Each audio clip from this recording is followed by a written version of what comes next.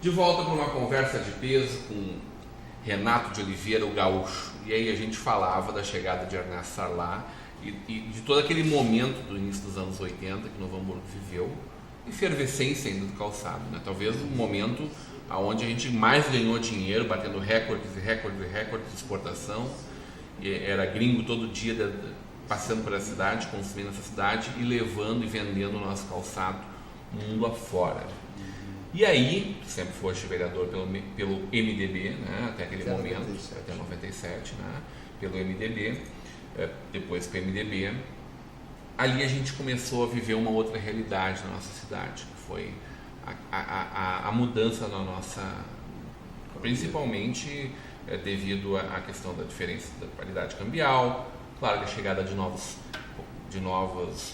potências mundiais, como a China, né, e a ameaça chinesa no começo dos anos 90. Mas aí me parece também uma falta de tato de alguns políticos em perceber esse novo momento, né?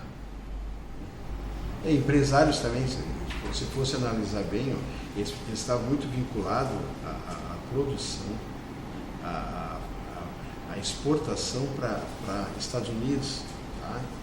E não abriram. Quando eles sentiram a coisa, eles começaram a cair para o outro lado também, a busca de novos mercados. Aí foi crescendo a cidade de uma maneira, mas nesse meio tempo, vem que Novo Hamburgo tem emprego. Aí o pessoal começou a vir da coisa. Se tu pegar aí a Ribeirinha, todas as regiões, Canu, Santo Afonso, Roselândia, enfim, Itaquefas, São José, tu vai ver muita gente migrante que vieram da colônia, entende? Vieram de Santa Rosa, Giruá, Dom Pedrito, outro lado lá. E isso aqui começou a crescer assim, a RS 239. Começaram a entrar. A faixinha. A famosa faixinha, tá? Onde depois botaram até caixa d'água, legalizaram, fizeram, entende? Hoje tem até tem uma escola lá, Dona Zofina, com esse estadual lá, perto da Fevale ali. Tudo aconteceu. A Fevale, a história da Fevale, pessoal, não sei se tu sabe, era para sair a Coca-Cola.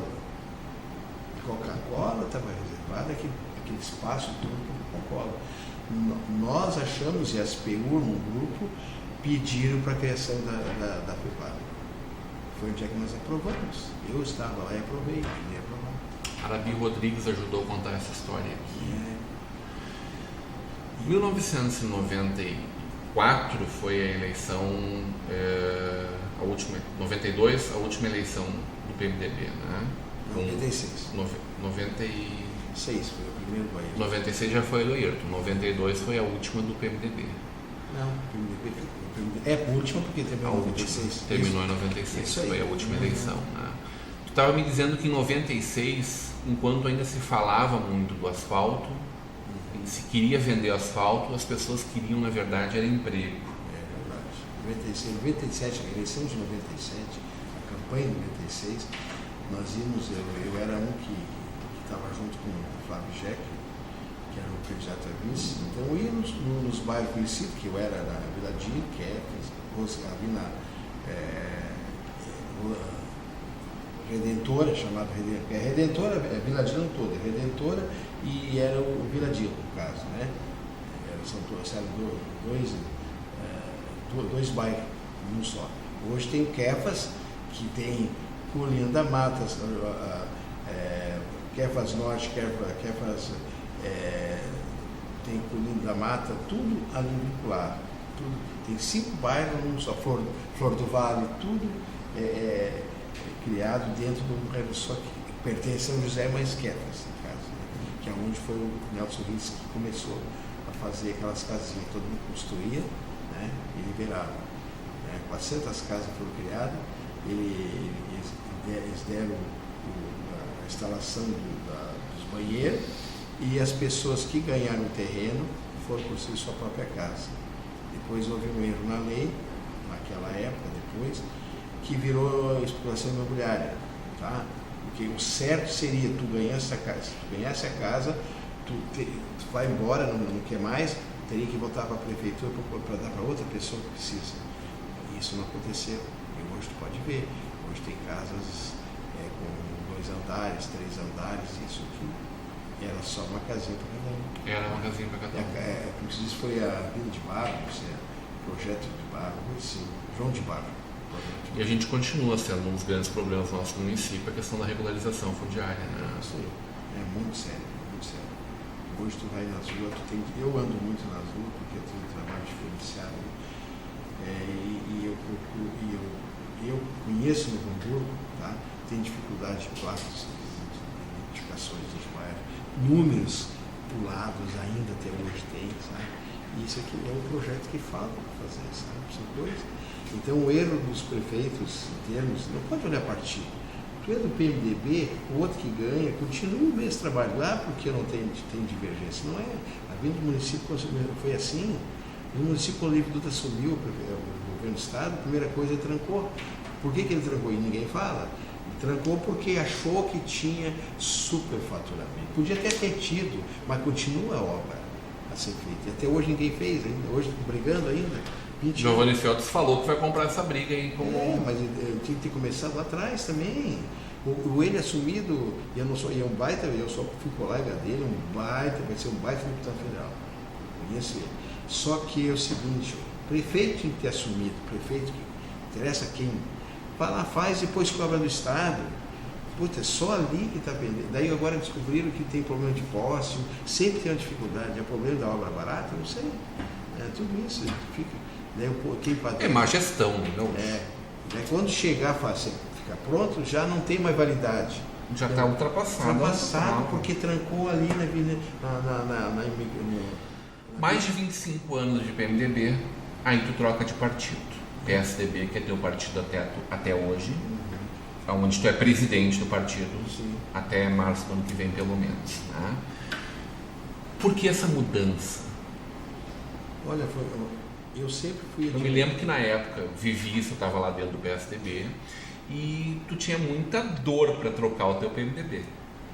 Mas eu gostei muito, eu gostava muito dos líderes. Eu podia ter saído lá atrás, né, quando foi criado o PSDB com o Altair Amorim, sabe? Eu só não fui para o PSDB, né, porque o Altair me correu na frente, tá? E aí eu me arrependi. Podia ter corrido porque eu ganhava o vereador. Ele só botava o pessoal para ser vereador, entende? A partir daí não cresceu, não evoluiu, né?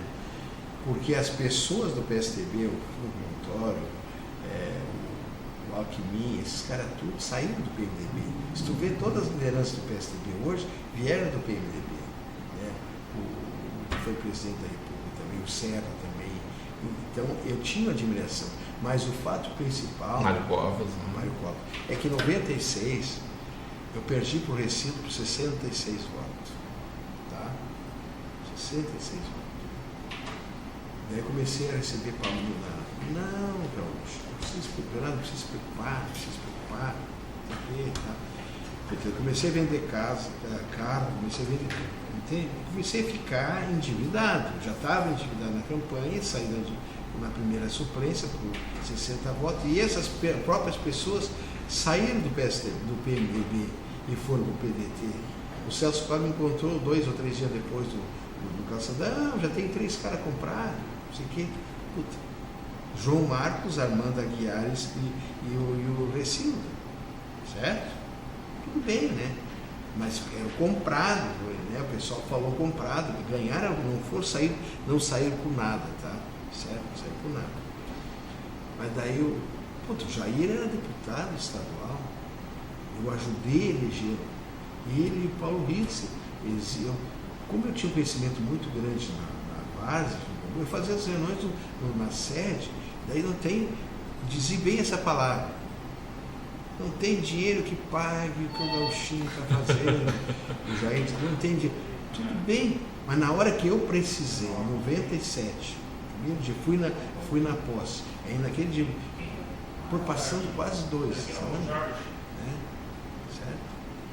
Daí eu fui procurar pelo Recinto. Eu quero ser secretário do município, mas ele tem que falar com o Ayrton. Sim. Fomos lá no apartamento dele, fui cortar. O pessoal disse assim, eu tenho uma postura, o senhor sabe, o que é bom para a sociedade, o que é bom para a comunidade, eu vou votar favorável. Certo? Aconteceu. Daí demorou um pouco, foi. Depois de passar da coisa, o Recife foi para a secretaria, eu voltei para a vereança. E eu estava lá trabalhando em comissões e tal, um pouco veio a ligação do Recife lá para a minha secretária. Eu disse, não, espera um pouco, isso aqui e tal. Não, ele quer falar contigo lá na secretaria. Eu não me esqueço da 31 de agosto, aniversário do meu filho mais velho. Cheguei lá, sentei na frente dele assim, disse, o que houve? Tu vai, eu vou voltar para a Câmara. Não, mas que eu já falei com o prefeito, aí tu vai ficar no meu lugar.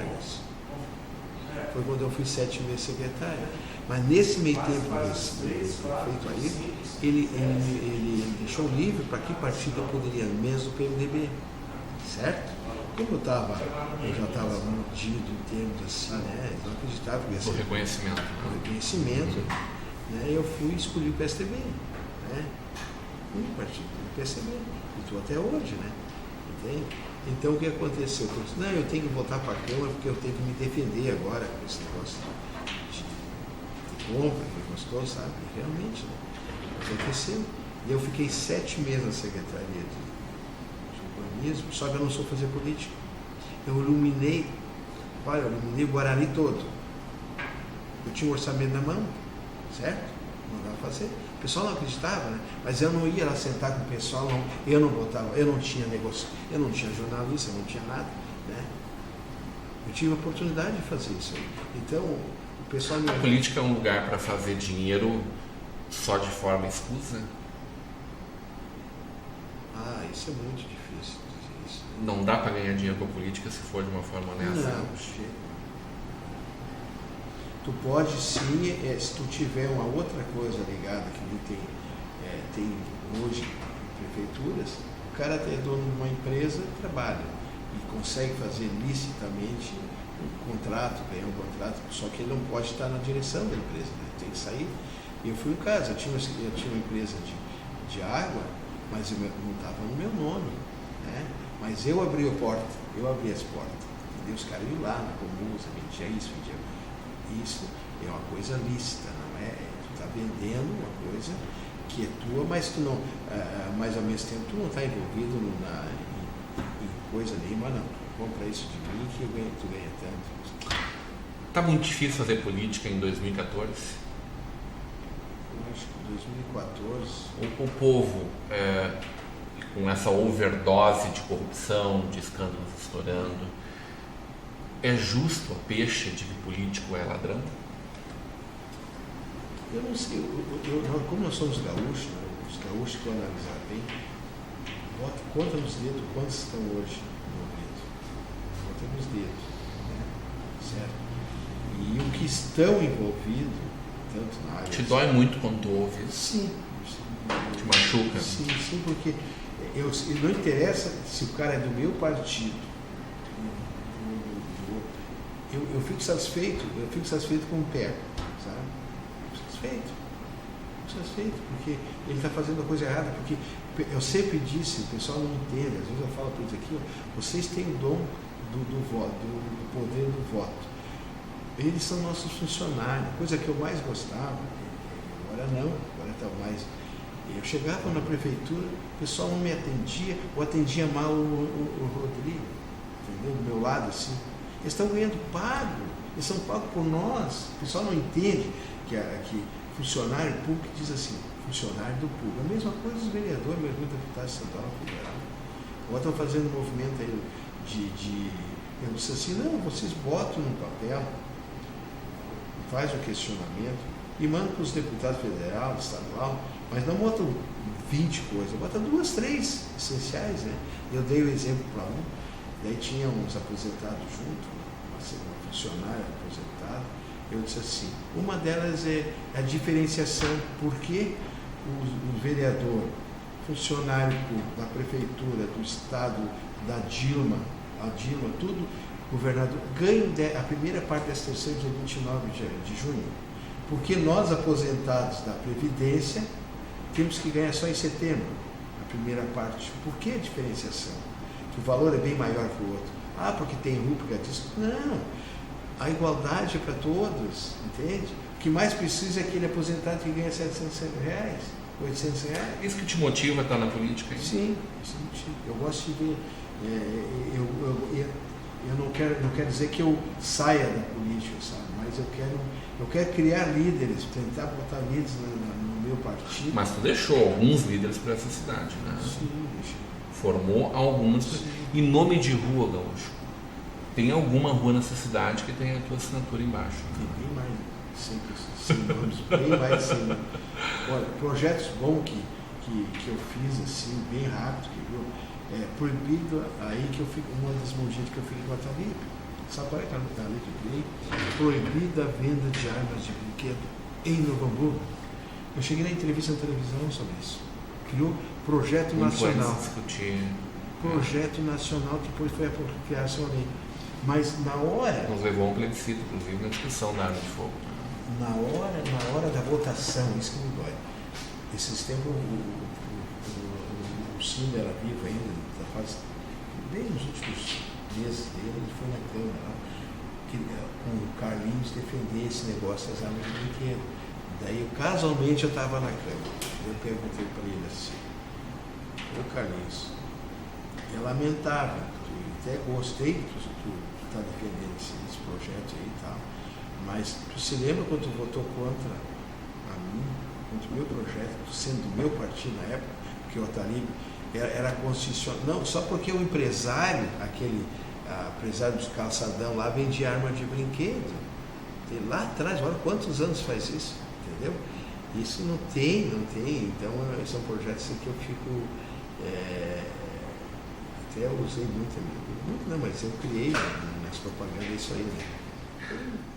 Tá pronto para virar a rua de Novo Hamburgo? Tem muita coisa para fazer aqui ainda. Isso só Deus sabe. Se tu fosse escolher uma rua, qual seria a rua Renato José de Oliveira, Gaúcho? Renato José. Até nem queria uma rua. Queria uma praça decente. É merecido uma praça? Não, mas eu tenho certeza que não vou fazer muita coisa na cidade. Eu não digo que lá na frente eu não faça. Se tu analisar bem, o Luiz Carlos, o nosso prefeito hoje, até admiro ele, que ele foi colocado às pressas e contra a vontade dele, que ele sabe contra a vontade dele, o projeto dele, né? Mas ele não conhece a cidade, entende? Eu um dia ainda queria ser candidato na executiva a prefeito de Novo Hamburgo? Não sou prefeito, né? Mas ou ao menos participar, né? Ou criar um líder, entende? Criar um líder para ser prefeito. Porque Novo Hamburgo eu vou te dizer 3 ruas hoje, se tu analisar bem. Coronel Travasso, já podia adiantar ela, a maioria está desapropriada. Boa Saúde, a maioria está desapropriada. Nós temos dificuldade, tu faz 6 horas da tarde, tu não consegue andar em Novo Hamburgo. Hoje eu levei meia hora ali da prefeitura até a Rodônia. Tem dificuldade. Isso é o problema, sabe? Aqui na Guarani, na Bento Gonçalves, tem aquela outra rua, Bento Manuel, que até o outro está desapropriado, mas ninguém. Não precisa. É isso que é o errado. Até alguém botar uma casinha em cima. É, isso aí. Grande prazer conversar contigo. Por isso eu estou com vontade de fazer um livro exatamente, sabe, de botar as gráfias de muitos colegas meus. Você se encontra de vez em quando para contar a história? Às vezes consigo. Abelino Rodrigues, João Marcos, tu falaste? Não, é bem difícil. Recildo Oliveira. Recildo, de vez em quando, eu encontro. É uma turma que ficou ali uns 20 anos juntas, né? Não, Recildo ficou 4, 8 anos, isso. Mas o Abelino, sim, o Abelino ficou muitos anos. Hoje Armando Aguiar. Eu passei várias, né? Eu lutei eu fui contra a presidência do Camanga, né? Eu tentei botar o Darwin. Camanga Schmidt. Tentei botar o Darwin aquela vez, né? Ficam 2 horas sentados esperando a sessão. Muita história para contar. Nato, grande prazer. Voltamos uma outra oportunidade para terminar ou para contar mais algumas dessas histórias. Sim. Ou quem sabe fazer o lançamento desse livro aí. Se Deus quiser. Hoje, numa conversa de peso com o ex-vereador de Novo Hamburgo, em 6 mandatos, 32 anos de legislatura, Renato de Oliveira, o Gaúcho. Continue agora com a programação da nossa TV NH e da nossa rede Comunidade de Televisão.